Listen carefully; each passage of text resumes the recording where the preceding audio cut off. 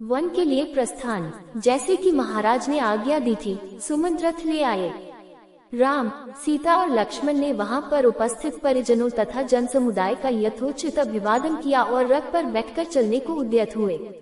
सुमंत के द्वारा रथ हाँकना आरंभ करते ही अयोध्या के लाखों नागरिकों ने हा राम कहते हुए उस रथ के पीछे दौड़ना शुरू कर दिया। जब रथ की गति तेज हो गई और निवासी रथ के साथ साथ दौड़ पाने में असमर्थ हो गए तो वे उच्च स्वर में कहने लगे, रथ रोको, हम राम के दर्शन करना चाहते हैं। भगवान जाने अब हमें फिर कब हम इनके दर्शन हो पाएंगे। राजा दशरथ भी कैकेयी के प्रकोष्ठ से निकल कर हे राम कहते हुए विक्षिप्त की भांति रथ के पीछे दौड़ रहे थे। हाँफते हुए महाराज को रथ के पीछे दौड़ते देखकर सुमंत ने रथ रोका और बोले, हे पृथ्वीपति, रुक जाइए। इस प्रकार राम, सीता और लक्ष्मण के पीछे मत दौड़िए, ऐसा करना पाप है। आपकी आज्ञा से ही तो राम वनगमन कर रहे हैं, इसलिए उन्हें रोकना सर्वथा अनुचित तथा व्यर्थ है। सुमंत के वचन सुन महाराज वहीं रुक गए।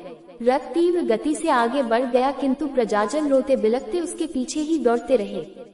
चित्रलिखित से खड़े महाराज उस रथ को तब तक एकटक निहारते रहे जब तक रथ की धूलि दृष्टिगत होती रही। धूलि का दिखना बंद हो जाने पर वे वहीं हा राम, हा लक्ष्मण कहकर भूमि पर गिर पड़े और मूर्छित हो गए। मंत्रियों ने तत्काल उन्हें उठाकर एक स्थान पर लिटाया। मूर्छा भंग होने पर मृतप्राय से महाराज अस्तुत स्वर में कहने लगे, संपूर्ण ब्रह्मांड में मैं सबसे बड़ा अभागा व्यक्ति हूँ, जिसके दो पुत्र एक साथ वृद्ध पिता को बिलखता छोड़कर वन को चले गए। अब मेरा जीवन व्यर्थ है। फिर वे मंत्रियों से बोले, मैं महारानी कौशल्या के महल में जाना चाहता हूँ। मेरा शेष जीवन वहीं व्यतीत होगा। अब वहाँ के अतिरिक्त मुझे अन्यत्र कहीं भी शांति मिलना असंभव है। राम और लक्ष्मण के वियोग के संतप्त महाराज कौशल्या के महल में पुनः मूर्छित हो गए। उनकी इस दशा को देखकर महारानी कौशल्या विलाप करने लगी।